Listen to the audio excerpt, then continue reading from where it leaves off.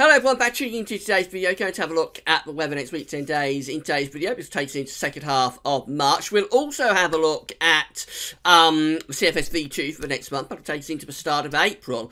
Now, I think we'll begin though by having a look at the climate averages from UK Met Office for February, because they've just been updated and released. So this is how February turned out in terms of the UK mean temperature. Set against 61 to 1990, which is the old and cold temperature average, encompassing the very cold decade of the 1960s, had lots of cold winters and cold summers, and was an abnormally cold decade, really, in comparison to the rest of the 20th century. So this pulls down the average quite a lot, the average mean temperature. But despite that, we actually come out with a cold average month for much of England, Wales and Ireland. Now you notice Scotland is closer to average, set against 61 to 1990, but for England, Wales and Northern Ireland we're coming out around 1 degree colder than average for 61 to 1990. But if we compare it to the more modern average, which is 81 to 2010, and much more relevant, I suppose, for the warmer climate that we're generally in compared to where we was in the 1960s. But you see, actually it was an even colder month. So set against 81 to 2010, all parts of the country come out with a colder than average month, around 1 degree or so. But for eastern parts of England, we're around 2 degrees colder than average, set against 81 to 2010. So a very significantly colder than average month against 81 to 2010 averages, and just a generally cold average month away from Scotland, set against 61 to 1990 averages. And in terms of rainfall for February, so many parts of the country again having another dry and average month. We have quite a long dry, quite a prolonged dry spell now. So again, we see much of the country coming out with underneath average. So eastern parts of the country, interestingly, are near a normal, around average rainfall for east parts of the country. And the far east of East Anglia, which I assume is mainly down to snow in the closing days of the month, those areas actually a little bit above average with precipitation. But the bulk of the country coming out around sort of 75 to 50% of average, so well down on their February averages. So a cold and dry February, really, for many parts of the country. Now, we're still waiting for the winter data to be updated, and when that is updated, when we have the climate averages for the winter of 17-18 in at the UK Met, then we will be able to bring you the evaluation of the winter forecast. But anyway, February was a very interesting month, quite a cold month indeed, especially over in the east, and dry. But I think we're going to make up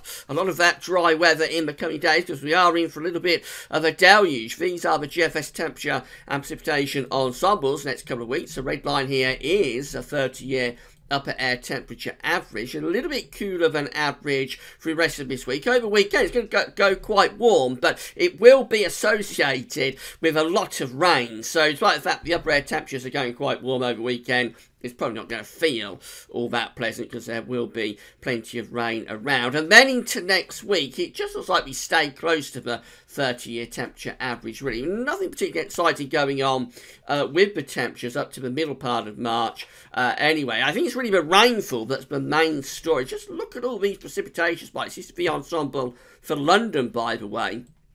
And just look at all these rainfall spikes that we've got coming up to the middle of the month. This is the 15th of March, just here. It really does look like we're going to be opening the floodgates a little bit to a lot of heavy rain. Now, as we go to the second half of the month, this period just here, there are still plenty of rainfall spikes, but not as much as we see earlier on in the month. And it may be that into the second half of March, we might start to get a little bit of a drier train setting up, but that's a very long way off. It's in the unreliable time frame, and I think what we can say, as we said in yesterday's video, is that the first half of March is looking wet, maybe very wet indeed. These are the temperature anomalies coming up from the 6th through to the 14th of March. They're generally still a little bit below average, especially so up in the north. You notice parts of France and Central Europe are going a little bit milder than average in the weekend, but certainly for much of the UK, we're still a little bit colder than average. Scandinavia also coming out a little bit colder than average. Precipitation anomalies are looking like bad, and we're generally talking about above average rainfall for England and Wales, so again quite a wet period coming up. Interestingly, Ireland and Northern Ireland coming out a bit drier than average. I'm not sure why it is, whether that's a bit of an error within the chart. I'm not sure, but that's a little bit surprising that Ireland and Northern Ireland will be coming out drier than average. I would have thought those areas also will be rather exposed to this unsettled weather. So this is how the GFS is looking, men, for Saturday. Low pressure just down to our southwest, quite a deep area of low pressure as well, with a central pressure of 970 millibars. Throwing up wet weather across the country as we go into Sunday. It looks very unsettled. We've got one area of low pressure there to our east. Another area of low pressure is developing around the Bay of Biscay. That's heading for us. So as we go through to Monday, that's bringing lots of wet weather, particularly to the south of the country. Looking wet in this weather pattern. Through to next week, we keep this unsettled weather going. So this is taking us up to the middle of next week, Wednesday the 14th of March. And it is looking very unsettled indeed. And it's going to the second half of next week. We're keeping low pressure very close to the country, which brings more showers and maybe longer spells of rain. That looks pretty awful there at day 10, which is Friday 16th of March. Deep area of low pressure across England and Wales. And still that suggestion that around the middle of the month-ish, very difficult to pin down to exact days, but around the middle of the month, we are trying to get wind into the north and bringing some cold air down from the north into this low. So that will be the potential to bring some snow as well. Next week, I think it's the Cheltenham Festival, the first sort of event of the spring and summer season. I may do an update for that on our festivals and sporting events page later on today, just to sort of get that going. And of course, we're going to head off into the spring and summer.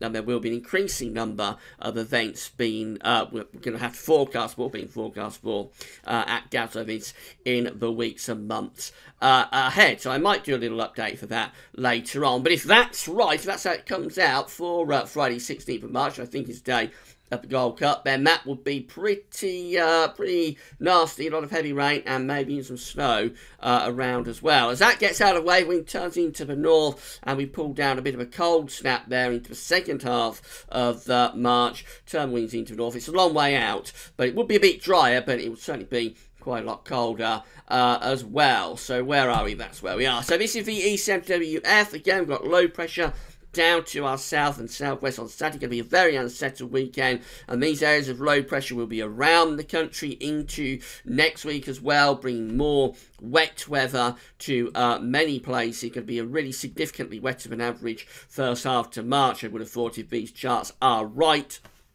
Up to day 10, got another very nasty area of low pressure just down to our southwest on Thursday the 15th through to Friday the 16th. That low pressure is clearing to the east. It's turned the winds into the north. Let's see what the upper air temperatures are doing with that. So looking pretty cold. That could be bringing rain and snow around the 15th, 16th of March across the country. All the time, the jet stream is remaining to our south. That's where the jet stream is with this black line, and so we're on the cold side of a jet, and so in that situation we will always be at risk with these areas of low pressure of pulling in cold air from the north. The details to be firmed up on, but don't be surprised if we see a return to cold weather, not to the beach from the east, but don't be surprised if we see a return to cold weather around the middle part of March. It would tie in with the jet stream being way to our south.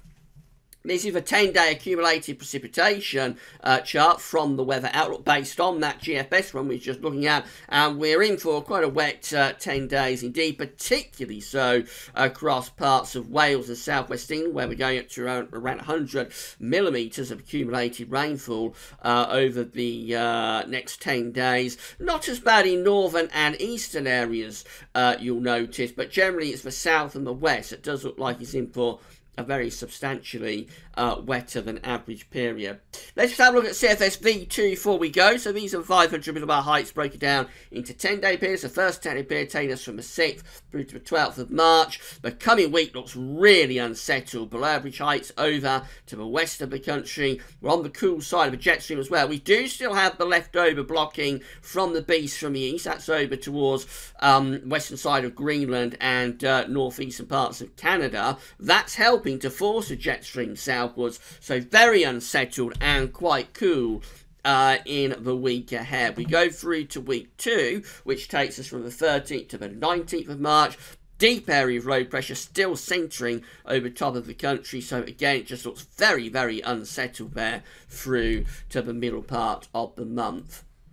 Week 3 looks like that. It's not quite as bad. The below average heights are still there, but they're lifting a little bit more to the north as this ridge begins to strengthen to the south. So that would start to lift the jet stream a bit further northwards. We would possibly go onto the mild side of the jet and probably not quite as wet either. So a little bit drier, a little bit warmer perhaps for week 3, and then week 4 rounds it all off, and this looks a bit ominous actually. This is the 27th of March through to the 2nd of April. What's happening here is that the below average heights are centering over to the east northeast, and it looks like we've got the blocking signal starting to come back towards Greenland. So the jet stream would be going south again there. And now, of course, we're going into April. So we're going firmly into the middle of spring.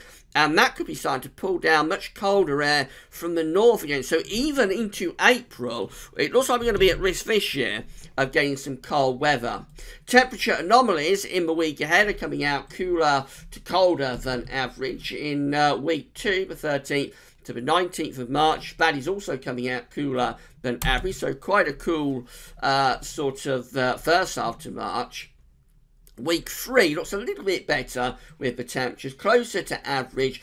England and Wales possibly just hinting at being a little bit milder than average from the 20th to the 26th March. Remembering that week before the jet stream was starting to shift northwards.